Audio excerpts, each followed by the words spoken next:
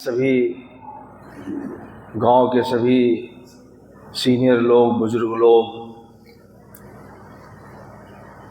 होशियार सिंह जी जो सबसे बुजुर्ग और कितने चुस्त दुरुस्त हैं, और अपने मिस्टर फौजी जी और बाबा जी, महिला माता जी भी, आप सभी लोगों का यहाँ पे उपस्थित हैं। जो भी बच्चे, सारे बच्चे, युवा शक्ति, यहाँ पे जो स्पोर्ट्स पर्सन्स हैं और जो गुड़गांव से चल के आए हैं, ये श्लोक जी और अनिल जी, जो पत्रकारिता के क्षेत्र में इनका बहुत ही नाम है कि बहुत ही और लोगों से भिन्न है कि ये सिर्फ अपने प्रोफेशन में नहीं बल्कि समाज के लिए भी समर्पित रहते हैं। इसलिए मैंने यहाँ पर जो देखा कि जिस गांव का बुजुर्ग 86 इयर्स के हो गए हैं,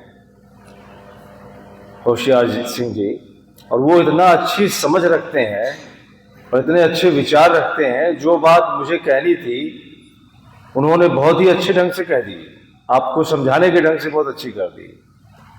तो ये बहुत ही मुझे खुशी हुई यहाँ पे आकर के कि वास्तव में जो कहा जाता है कि देश की जान किसान और गांव होते हैं, देश, हमारा जो देश है, भारत देश है, उसकी आत्मा गांव में बसती है। तो कितना अच्छा यहाँ पे लोगों का विचार है, लोगों का योगदान है कि बहुत ही मुझे इस बात की खुशी हुई। जैसा कि मैंने शहरों में भी बहुत से प्रेस कॉन्फ्रेंस वगैरह किया, सब कुछ देखा, लेकिन आप लोगों का बहुत ही समर्पण भावना जो मैं देख रहा हूँ, तो मैं समझ रहा हूँ कि मुझे तो यहाँ पे आने की ज़रूरत ही नहीं थी, सिर्फ आप लोगों से मिलने के लिए आना चाहिए, और ये सब कुछ जागरूकता देने के लिए ज़रूरत ही नहीं है। आप लोग तो सभी लोग जागरूक हैं और इस बात के लिए पहले से ही अलर्ट हैं। तो आप सब लोग अपने लिए, मैं कहूँगा कि आप सभी अपने गाँव के वासियों के लिए तालियाँ बजाइए, जोरदार तालियाँ बजाइए कि ऐसा गाँव।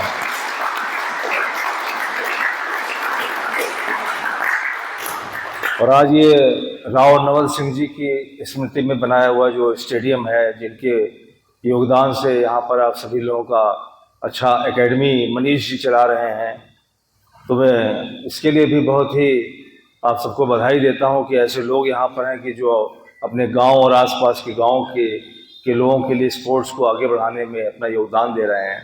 तो मनीष जी के लिए भी आप लोग बहुत जोरदार तालियां बजाइए। और उन्होंने गांव का भी नाम कितना रोशन किया है कि नेशनल लेवल पे उन्होंने अपना नाम, उनका शरीर देख के ही लगता है कि हाँ, वास्तव में कोई वैसी बात नहीं, सचमुच से 100%। तो बहुत ही अच्छा लगा यहाँ पर आकर के मुझे। और जो मुख्य बात यह है कि आप सभी को थोड़ा सा भी मैं बता सकता हूँ, बाकी तो आप लोगों ने बता ही दिया है कि हम सब लोग आज़ाद हैं। हम लोग आज़ाद कब हुए थे? कौन से साल में हुए थे बताइए? 15 अगस्त 1947 को। वेरी गुड, बहुत अच्छा। आप सभी लोगों को मालूम, सबको मालूम है कि कोई किसी को नहीं मालूम है? जिसको नहीं मालूम है हाथ उठाए। सबको मालूम है, तो बहुत अच्छी चीज़ आपको मालूम है कि 15 अगस्त 1947 को हम आज़ाद हुए थे। किससे आज़ाद हुए थे? अंग्रेजों से। वेरी गुड, वेरी गुड, बहुत अच्छा। तो अंग्रेजों से आज़ाद हुए थे। अंग्रेजों ने कितने साल तक हम लोगों को गुलाम बनाए रखा था? लगभग 200 साल तक। उसके पहले भी कोई और लोग थे, कोई बाहर के आए हुए लोग थे जिनका शासन था, वो भी कई सौ साल तक का था। तो इतने लंबे समय के बाद हम लोग आज़ाद हुए, और आज़ाद होने में जिन लोगों ने बलिदान दिया, भगत सिंह जी का नाम जानते हैं आप? और किसका जानते हैं?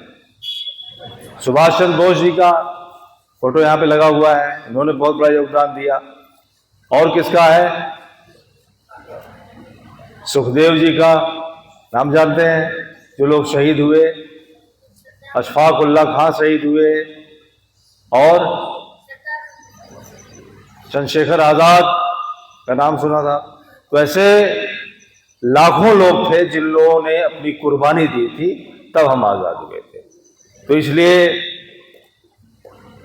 इस अवसर पर हमें हमेशा उनको बच्चों याद रखना चाहिए कि उनके कारण आज हम आज़ाद हैं, कुछ भी बोल सकते हैं, कुछ भी कर सकते हैं। और उसके बाद आज़ाद होने के बाद हम लोगों का एक संविधान बना कि किस प्रकार से हमारा राजकाज चलेगा। उस संविधान में ये व्यवस्था हुई कि हम लोग पहले प्रजा थे। पहले क्या थे? प्रजा, मतलब किसी के अंडर में। फिर स्वतंत्र हो गए, नागरिक हो गए, आजाद हो गए। तो अब हम क्या हो गए हैं? अब हम लोग क्या है? प्रजा है या क्या है? बताइए। अब हम लोग राजा हैं। क्या है? King. We are the kings. हम देश के लोग राजा हैं। और राजा को अधिकार होता है कि अपने अंदर नीचे काम करने वाले लोगों को ड्यूटी दे, को इलेक्शन करे, उनको सिलेक्शन करे कि भाई ये आदमी हमारा ये काम करेगा।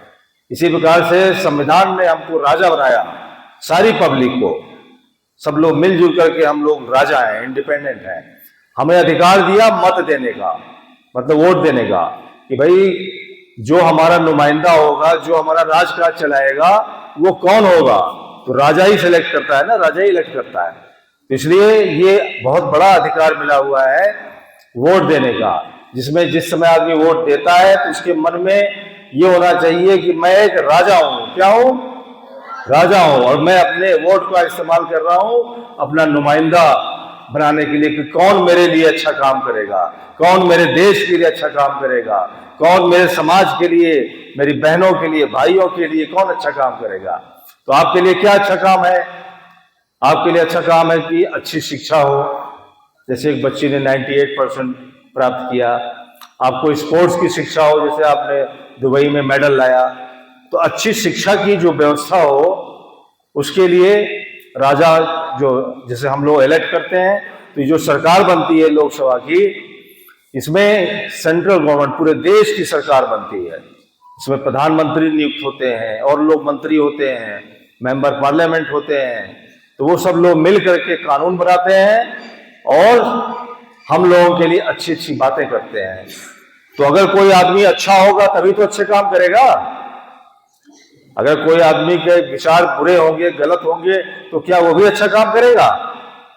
तो ये राजा को समझने की जरूरत है कि कौन सा आदमी हमारा जो है ठीक है, कौन सा ठीक नहीं है। तो ये आपको मौका मिला है। जो बच्चे अभी तो बहुत छोटे हैं, 16 साल के, 15 साल के हैं, लेकिन बहुत से लोग 18 साल के भी हो रहे हैं। तो इसलिए अब आपकी क्या ड्यूटी हो सकती है? आपको मैंने महत्व बता दिया कि भाई आपके आने वाले भविष्य की, सुनहरे भविष्य की नींव इसके ऊपर आधारित होती है कि आप किस प्रकार की सरकार बनाते हैं, चुनते हैं। अगर अच्छे लोगों की सरकार चुनेंगे तो आपका भविष्य सुनहरा होगा। युवाओं को रोजगार चाहिए, स्पोर्ट्स में अवसर चाहिए। स्पोर्ट्स में जो लोग अच्छा कार्य कर रहे हैं, मेडल ला रहे हैं, उनको नौकरी चाहिए ताकि वो स्पोर्ट्स को और आगे बढ़ाएं, देश का नाम रोशन करें। तो अच्छा कोई आपका एमपी होगा, अच्छा मंत्री होगा, अच्छा प्राइम मिनिस्टर होगा, तभी ये सब चीजें होंगी।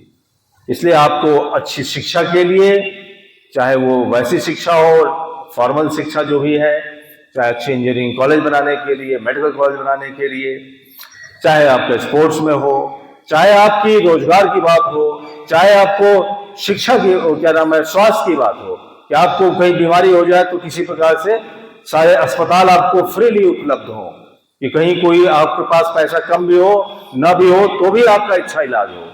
क्योंकि जो हर नागरिक है वो, जैसे कि परिवार में एक बच्चा होता है और भी कई परिवार के भाई बहन बच्चे लोग होते हैं, तो सबकी देखभाल करने का दायित्व होता है। जो घर का हेड होता है, मुखिया होता है, माँ बाप होते हैं, उनका दायित्व होता है कि सब बच्चों को अच्छी शिक्षा मिले, अच्छा स्वास्थ्य मिले, रोजगार मिले। उसी प्रकार से पूरा देश एक परिवार है और उस परिवार का मुखिया जो होता है हमारा प्रधानमंत्री होते हैं, और उनके मंत्री सब लोग मिलकर के पूरी जो सरकार बनती है, उनके अंदर ये भावना होनी चाहिए कि हमारा हर बच्चे को अच्छी शिक्षा मिले।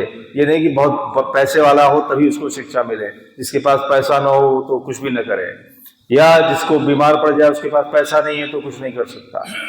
तो इसको रोजगार मिले। देखिए कितने लोग युवा आज के दिन में सब लोग पढ़ाई भी कर रहे हैं, उसके बाद भी रोजगार नहीं मिल रहा है, तो वो उनका टाइम वेस्ट हो जाता है।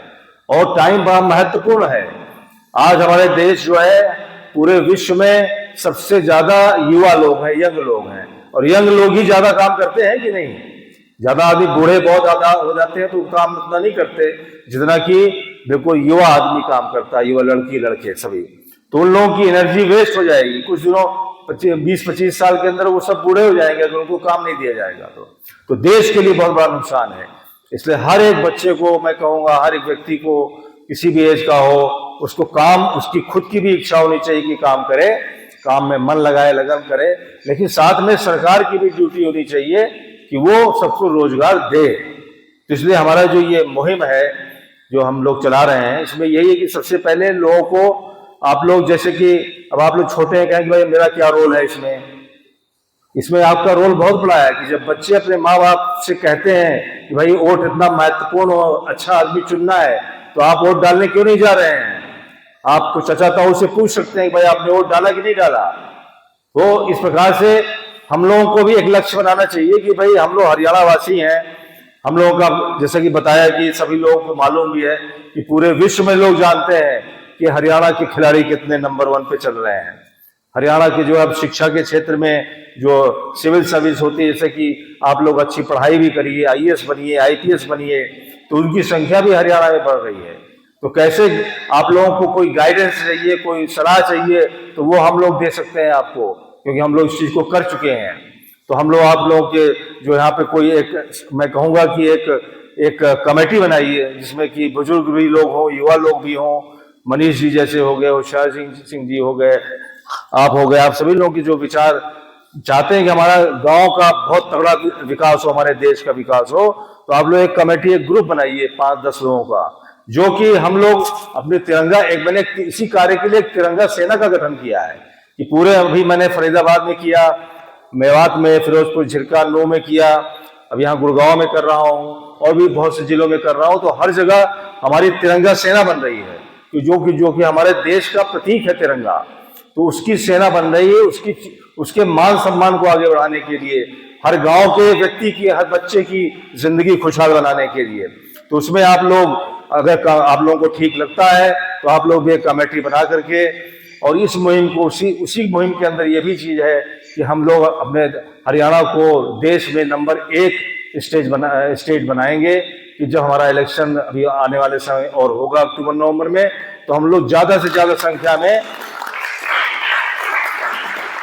इतनी संख्या में कि अभी तक किसी भी प्रदेश में उतना मत लोगों ने प्रयोग नहीं किया है, जो कि मैं समझता हूं कि अगर हम 90% का भी टारगेट रखते हैं तो अभी तक किसी प्रदेश में 90%, 80% मतदान नहीं हुआ है। तो इसलिए ये लक्ष्य हम लोग प्राप्त करें, और पूरे विश्व को जिस प्रकार से हमने स्पोर्ट्स के क्षेत्र में दिखाया है कि हरियाणा इंडिया में नंबर 1 है, उसी प्रकार से हमको पूरे विश्व में दिखलाना है कि डेमोक्रेसी को आगे बढ़ाने में, लोकतंत्र को आगे बढ़ाने में, मतदान करने में हरियाणा नंबर 1 है पूरे देश में। तो ये आप लोग करेंगे? बताइए, आप लोगों की इच्छा है इस चीज में अपना योगदान देंगे, लोगों को मोटिवेट करेंगे? तो बोलिए जय हिंद, जय हिंद, जय तिरंगा।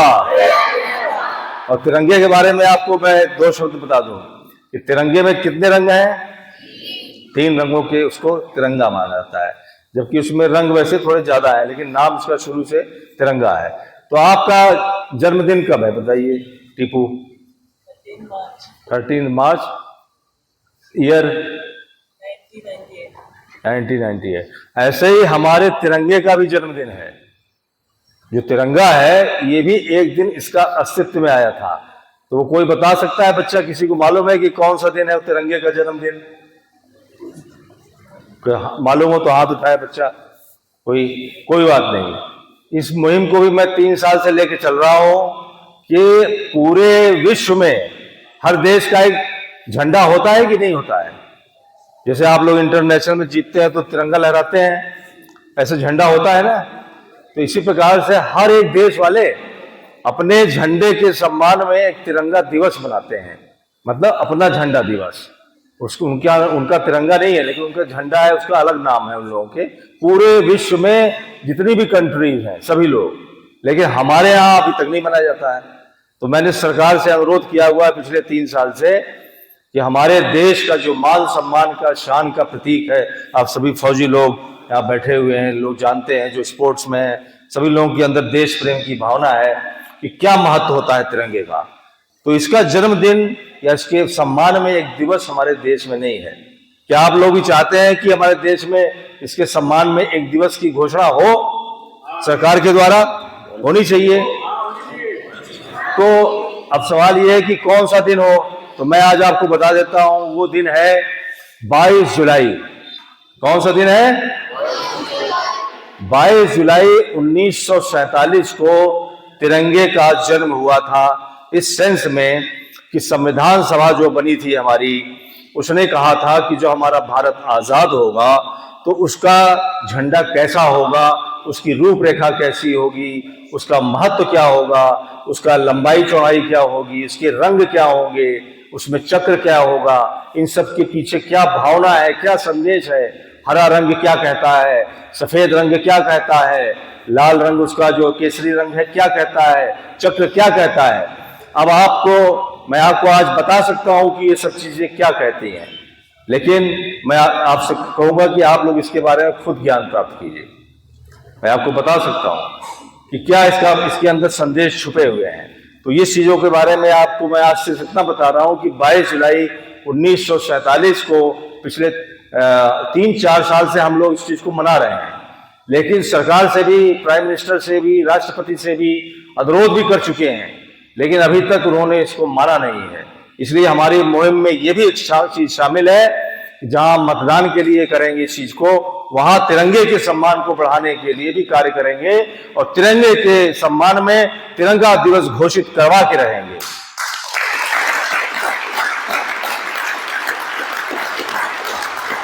और तिरंगे के अंदर जो संदेश है वो खुशहाल भारत बनाने का संदेश है।